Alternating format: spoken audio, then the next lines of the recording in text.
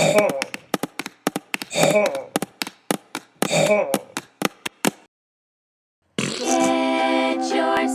ready for stuff and things.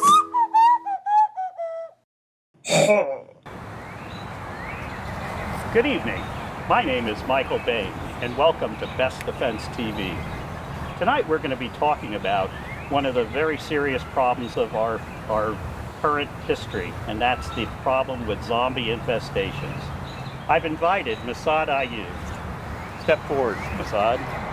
I've invited Massad today because he's the foremost expert on killing zombies, and he also has much experience as the president of the Lethal Force Institute. Massad, it's good to have you with us. Thank you for having me, Michael. As many of you know, the threat to a lawfully armed but poorly trained citizenry during a zombie infestation can be quite devastating. Dismemberment, the threat of continued infection, and possibly even death. The fact is, zombies are nothing more than an evil spirit in a reanimated corpse. Notice the palsied hands, the blank stare, the distinguishing lip. Popular zombie media would have you believe that there are many ways to kill a zombie, but really there's only one effective way. Notice its devastating efficacy. Impressive. Does that mean that a good blow to the head is a sure way to kill a zombie? The only guaranteed way is a bullet in the zombie's head. I brought along several weapons of different calibers to demonstrate this point. The best way to kill a zombie is a carefully placed shot to the appropriate judicious use of deadly force zone. Let's start with the tried and true 9mm. The 9mm is designed to enter small but exit large, effectively incapacitating the zombie. Now, let's demonstrate. Now remember, we are self-defense experts, so don't try this at home. Let's start with a few safety tips.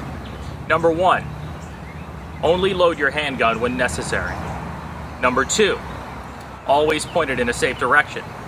And number 3, know what's behind your target at all times. But most importantly, always start by shouting the phrase, "Stop zombie or I'll shoot."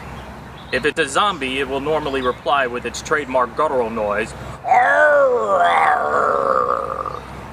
This lets you know that the subject is probably intending to murder you.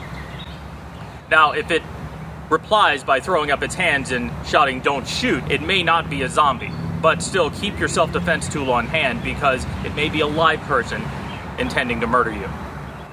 Now let's get in position. Stop zombie or I'll shoot.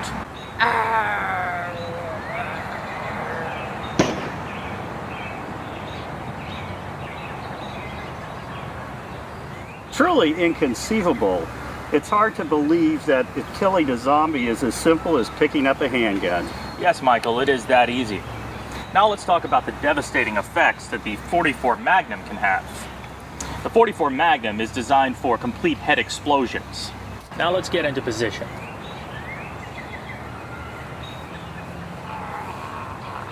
Stop zombie or I'll shoot.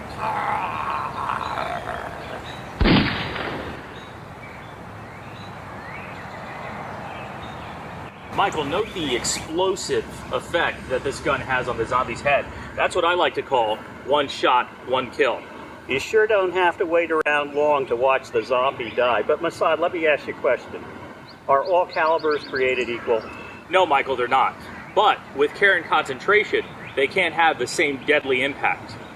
Surely a 22 couldn't carry the same deadly force that a larger caliber gun could. On the contrary, Michael, actually, although the 22 does require a steady hand, it can also allow you to decapitate the zombie by severing the spinal column. The trick is to aim right for the brainstem. Why don't you give it a try? Can I? Sure.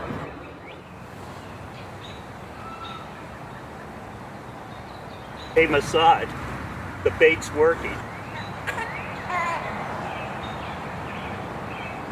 Stop, zombie, or I'll shoot.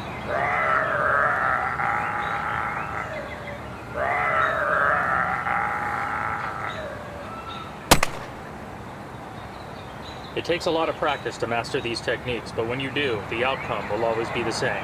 Protection for you and your family from a zombie attack. Thanks again, Massad, for the help. Thanks for having me, Michael. And that ends our episode for tonight. If you want further tips and techniques on how to survive a zombie infestation, please see my email account, my Twitter account, or my Facebook account. Next week, we have another exciting episode where we beat off the desperate housewives of Cougar Town. Be safe. Get yourself ready for stuff.